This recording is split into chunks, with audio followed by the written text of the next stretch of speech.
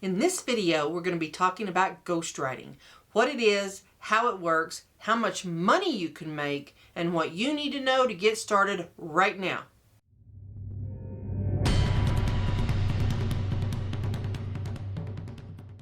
Welcome back, everybody. My name is Dee Burks, and this is Retirement Rescue, the channel where we talk about how to make money, save money, and live well in retirement. Now, one of the things we're going to be talking about today, or the main thing really, is ghostwriting. Ghostwriting is something near and dear to my heart because really it's how I earn my income at this point. Before starting this channel, that's what I do day in, day out. I work with clients, I coach them, I help them put their books together, and it is a great way to earn substantial income. Now, the first thing we need to talk about is what ghostwriting is and what it isn't. It is not putting a book together and just handing it over so someone can slap their name on it. That is not what we're talking about here. Ghostwriting is a process where you really collaborate with the author and you help them get their ideas formatted and organized to put into a nonfiction book. Now, the people I ghostwrite for are in a very specific situation. These are not people who are writing books to be on the New York Times or to be all famous or anything like that. This is not about that. They are nonfiction books that these people are writing to promote their business. Doctors, lawyers, realtors, business coaches, life coaches, health and fitness people, they have businesses that they need to promote. A book is a great way for them to solidify their expertise.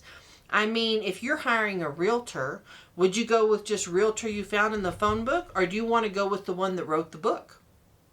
It gives you immediate expertise.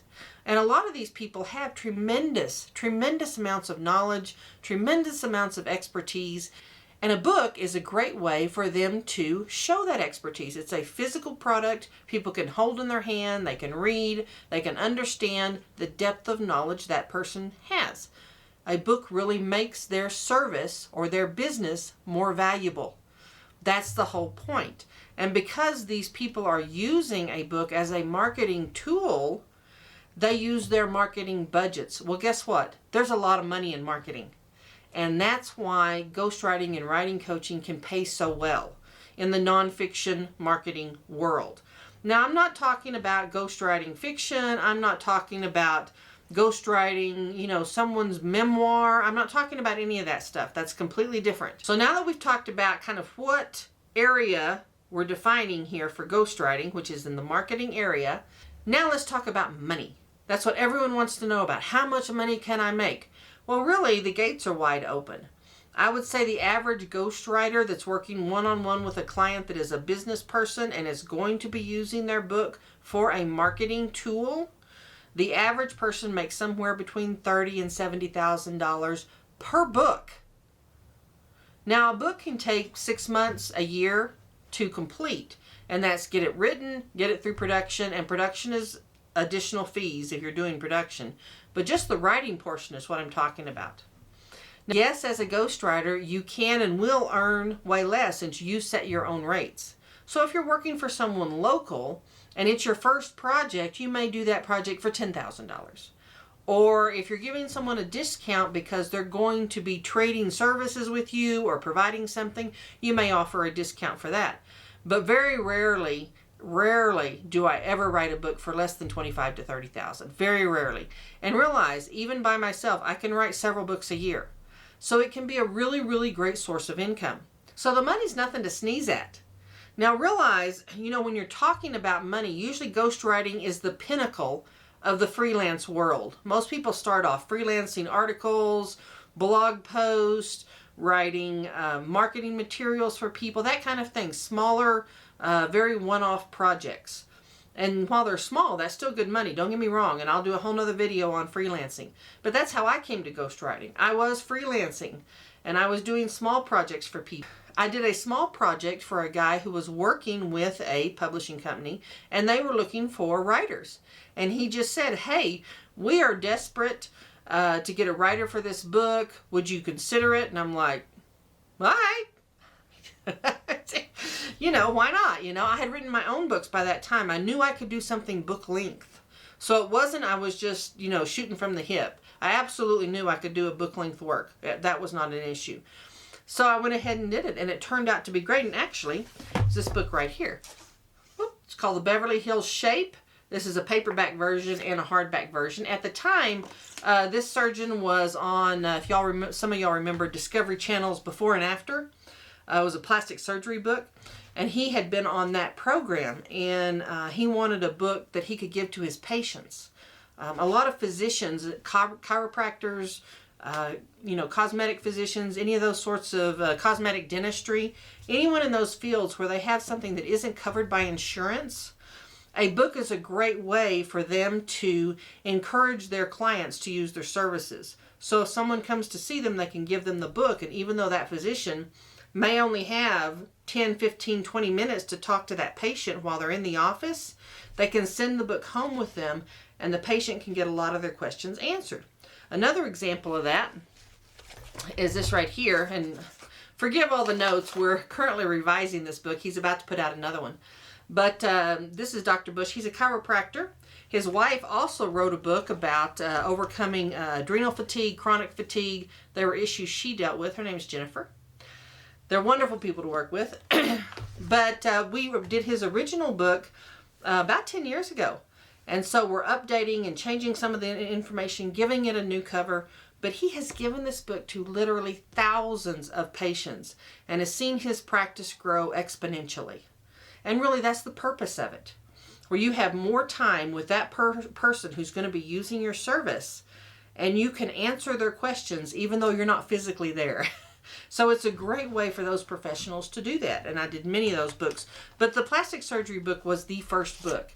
And so I started working for that publisher. This was about 2005, well, 15 years ago. So I started doing ghostwriting for that publisher. Then we were approached by 2 other publishers who knew of that publisher. And then we ended up working, I took on a business partner, and it was just the 2 of us for the first few years. And we did book after book after book. We did so many books. And we wrote for those publishers, and we ended up writing for 5 different publishers. And at the pinnacle of that particular company, we had more than 10 ghostwriters who were working with us. And we worked as a group on all of these different books, and we would produce somewhere between 40 and 60 books a year. And so that was incredible money, but I will tell you, we got burned out. It was really, really hard. So you want to be really careful about that. Now I work with just a few clients at a time, and I really like that pace. It's a great way for me to have income, do something that I absolutely love, and it could be for you as well. Now let's talk about the skills and equipment that you're going to need. Equipment first. This is one of those professions where you need very little to get started. Basically, all you need is a phone and a laptop. That's it. That is absolutely all you need. You need your laptop, obviously, to produce the book, or for video conferencing. You can do that on your phone, but honestly, I find that a little difficult, so I love to do the video conferencing on my laptop. And you also have your phone. That's all you need. Most of my clients I talk to via phone. I rarely, if ever, meet them in person. Very, very rarely meet them in person. And so it's one of those things you do remotely. You can do from your home. There's no overhead basically at all. You have no inventory. You have nothing to sell. It's just a service that you're providing. But now let's talk about the skills that you're going to need to bring to the table. The biggest skill that you have to bring to the table is being a professional. I hear from clients repeatedly that they went through several ghostwriters before they got to me. Before they found one of my clients or were referred over to me, that they had tried to find a ghostwriter themselves and had failed. The reason they failed was because they hired someone who, number one, couldn't produce. They did not produce it. Or they took months to produce one chapter. They weren't efficient. Or they wasted the client's time. A lot of these clients are very busy. You can't be wasting their time. I had several clients complain about how they got on a call with ghostwriters and there were kids running everywhere. There were dogs barking. They couldn't hear anything. The person was very unprofessional. They didn't feel like anything got accomplished on those calls. And sometimes those calls became extended therapy sessions for the writer instead of getting information from their client. So you've got to remember, even though you're not in person, and even though you're not really connecting in a professional environment, you still have to behave like you are. It can get really easy when you work with someone over a series of months to get laid back and relaxed about it. But it's still, this is a professional endeavor. This is serious. They are paying serious money, and they expect you to be a professional. So you can't do those things. You absolutely can't. No more than you could if you were sitting in an office. You cannot behave in an unprofessional manner, and you have to come across like you know what you're doing, even if you really don't. Now, the next thing you really need to be able to do as far as skill set is interview people. And you think, well, I've never interviewed have you ever interviewed someone for a job? Have you been in management? I was in HR. I interview people all the time, talk to people, get information out of them for disciplinary processes, because believe me, I can interview people. But you need to be able to understand, number one, what information you need from that person and how to get it. You don't need to just chit-chat about the weather. You can't afford that kind of time, and neither can they. So you really need to be organized. You need to understand how to interview them efficiently. Now, I always record my interviews. If we're on something like Zoom, there's a record feature in the program that will record the session, and that's very helpful. So instead of having your head down writing the whole time about what they're saying, you can listen, because it's really important to make that connection. So those interview skills are essential. You've got to be able to do that. You've got to be able to talk to people who are extremely wealthy, who are very confident people, who are used to being in charge, and you have to match that confidence level. You have to be absolutely confident in your ability to do the job they are asking you to do. And that's sometimes really hard, because some of these people are top of their industry, and some are honestly very difficult to deal with. But you have to understand people, and you have to understand how to talk to them anyway. That's part of your job, is to get that correct. Now, one of the cool things we bring to the table for those of us who are a little bit older and who have gone through numerous occupations and been in the workforce a long time, you understand how business works. You have to understand how to teach yourself things. You have to understand how to go out and get research if you need it. All those things you have to have the confidence to do, but after you've been in the workforce a while, you know how to do those things. So it's not like you're having to learn those things. You just have to put them into play. One of the best things you can do is look back at your life experience and see what that experience entails. That will tell you the types of books that you're probably best suited for. So I look back at my life experience, okay? I started in HR. My internship right out of college was in the HR department of a Fortune 500 company. So I started in HR. I moved to employee benefits, so insurance, all those sorts of things that you deal with employees, retirement, blah, blah, blah. And then I moved to financial advisor. I worked for Prudential for a number of years, and I was a qualified fund specialist. So 403Bs, 401Ks, Roth IRAs had just come out. So all of those sorts of things I'm very familiar with. I'm very familiar with markets. I'm very familiar with the commodities market. My dad was a ranch foreman for years, so I understand the cattle market, all of that is part of my history. So you have to look at your life and see, okay, what's part of your history? What things are you good at? Are you good at parenting, raising children, relationships? Are you good at specific skill sets that are technical, IT, banking? What is your background? What is your skill set? Because you can promote those as things that you can do. When you are freelancing, you do the same thing. So if you're adding ghostwriting and you're already freelancing, add that same skill set. If you are freelancing about banking, add that skill set. You can write a book on banking. You can write a book on financial fitness. You can write, there's so many things that you can write on. So if you have a client who's a former banker or who's writing on leaving a legacy through estate planning or something of that nature, you understand what they're doing.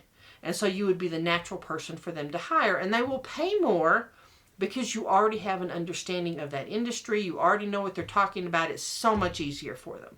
So don't discount those things, and be sure you highlight those things when you think of any sort of writing resume. Now let's take a little quick detour here and talk about the reality of writing for a living.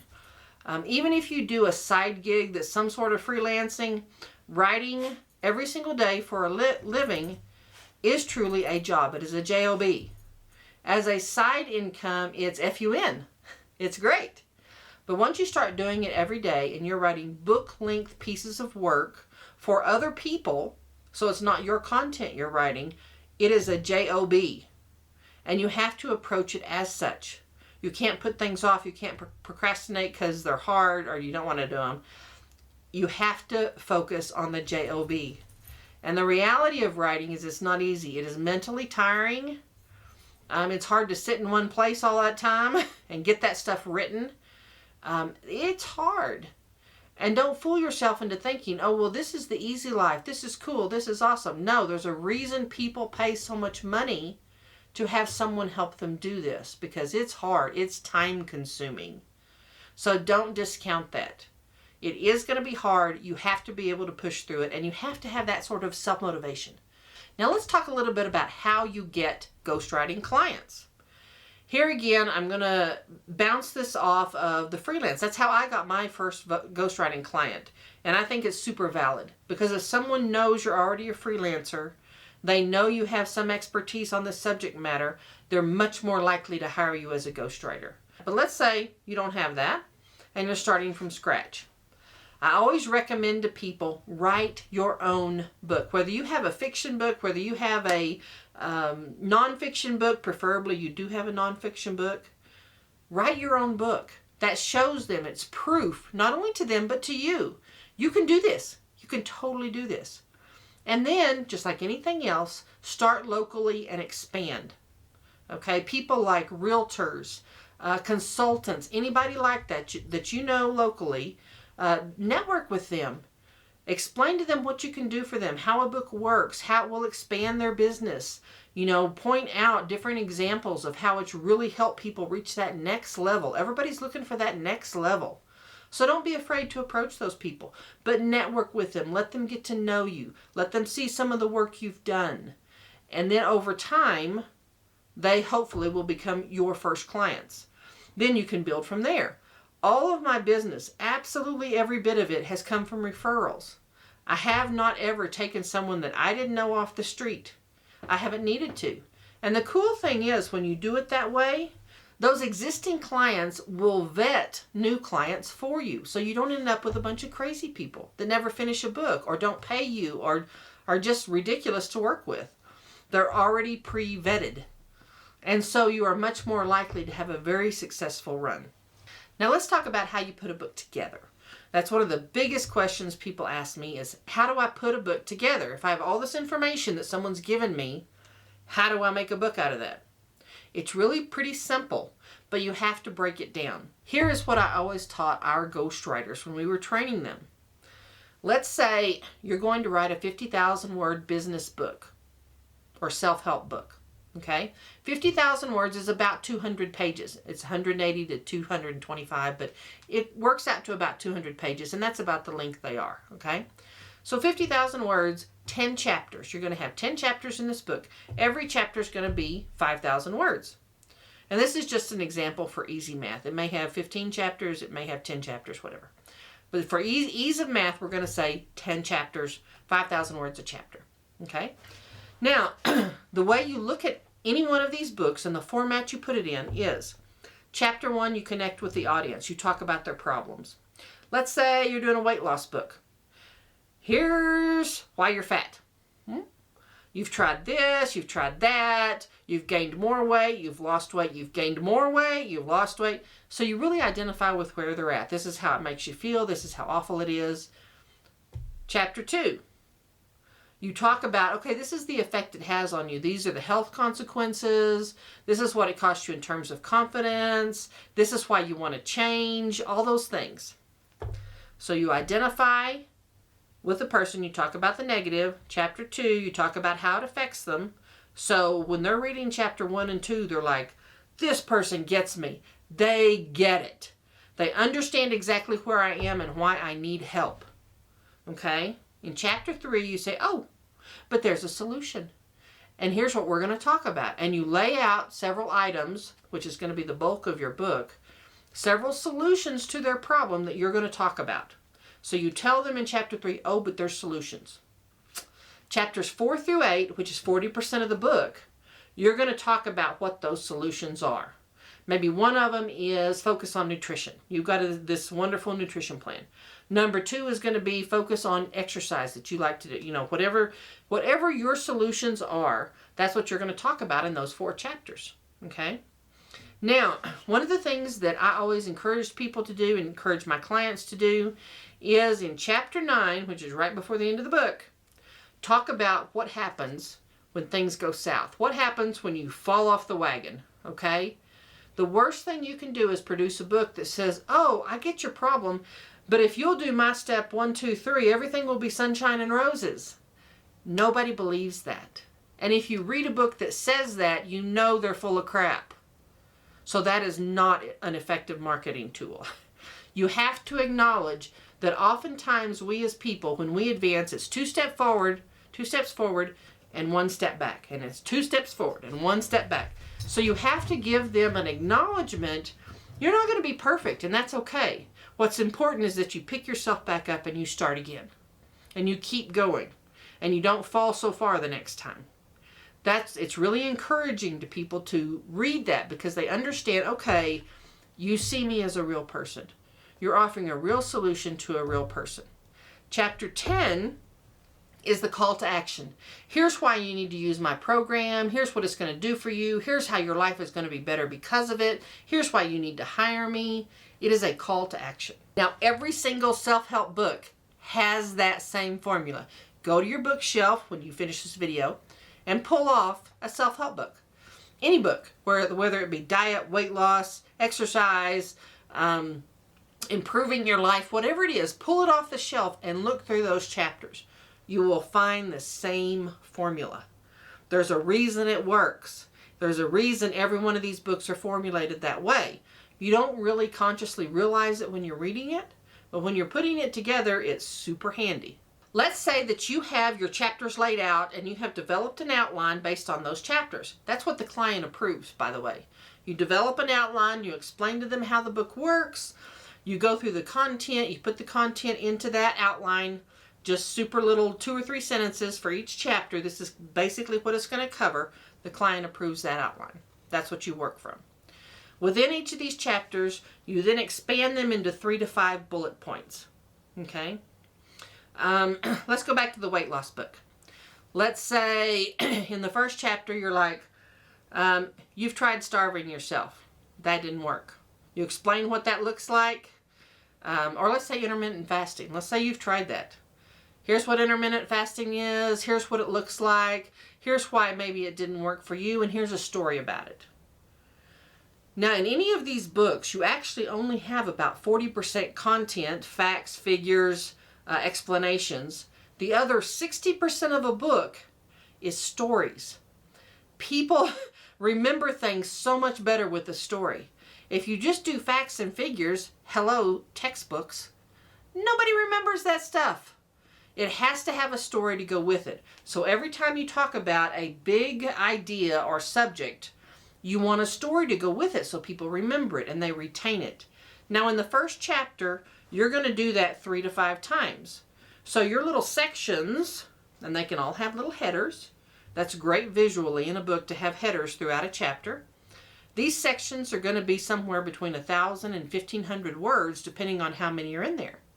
Now when you break it down that far and you see how many words you have to write for each section, it's really not very many. Once you break it down, you can start filling in the blanks. And when you talk to your client, you're going to say, okay, I need a story about intermittent fasting. Okay, I need a story about exercise and why high-impact exercise may not be effective. I need a story about, and you just go down the line, and they feed you those, okay? Now let's talk a little bit about how you get paid. One of the things I learned early on is that you don't do work and not be paid. It sounds like it's obvious, but it's not. Because so many people want you to do the work before they pay you. That's not how it works. It's not how it works for any ghostwriter. So don't be convinced somehow that that's what you're supposed to do. It's not. I have very simple 1-page contracts that I use. And these contracts basically lay out what I'm going to do and what they're going to do. One of the things I put in all my little contracts is that all payments are non-refundable and that I provide a certain amount of first draft work for each payment. Now they pay up front, they pay a deposit. And usually that deposit is at least 20%. So if they're being charged $30,000 to write the book, the deposit's $6,000 minimum. Often it's more than that, but I decide that. And then I have a monthly amount they can pay. I will usually allow them to pay monthly for 6 months, but I am always very careful that the last payment coincides with the last amount of first draft that I'm doing, usually. It usually takes 4 to 6 months to write a book anyway.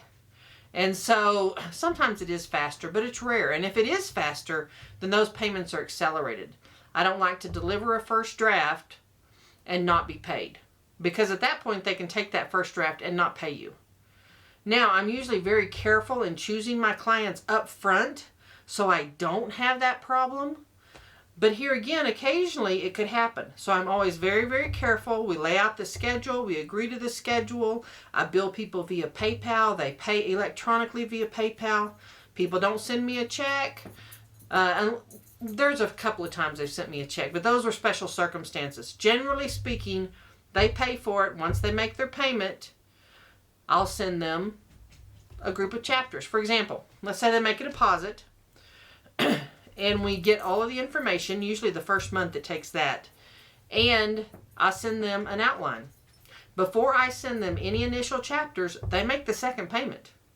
Okay? Then I'll send them a group of initial chapters, 1, 2, 3 chapters, just initial ideas, first draft definitely, types of chapters. The next time they make a payment, then I'll send them a couple of more chapters. And that's how we work through that. Now usually that is the perfect pace, because by the time they've had time to read those chapters, we've talked about them again, we've made some changes to them, and then we work on the next chapters. It takes about 30 days. So that has been the perfect pacing. So I am paid almost completely by the time the book is finished as far as a first draft. Then we go through revisions. And then at that point, if they want to do production on that book, and production includes like a book cover, laying the book out, getting it formulated for print, that kind of thing, uploading it for distribution worldwide. I can do those things for them, and you can offer those as additional services as well, but they're additional pricing with an additional contract. I keep that very separate. Writing is one contract, production is another contract. And then if I hire out part of that production or I do it, whatever, that's my option. But even if I hire it out, I get a little bit of that money on top. So kind of like a general contractor. You're hiring out all these subs and you still get some money for coordinating all of that for the authors. And that's very efficient.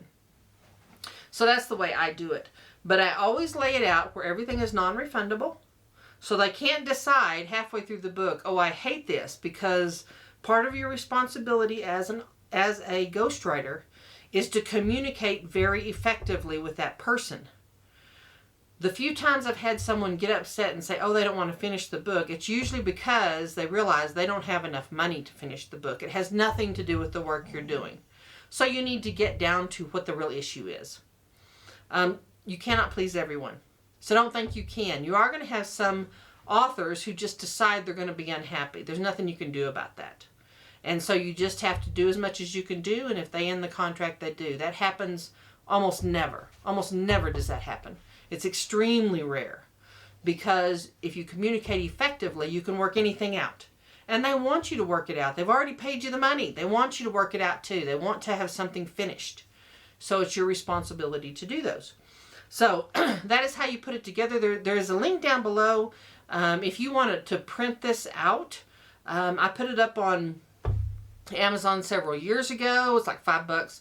You can download it on Kindle or whatever, and it will show you the different chapters, the 10 chapter that I told you about, the 10 chapters, how you lay those out. It will show you how to break them down. It will also show you a sample outline, so you can see exactly how that works with a particular type of book, and it makes it very, very easy to do.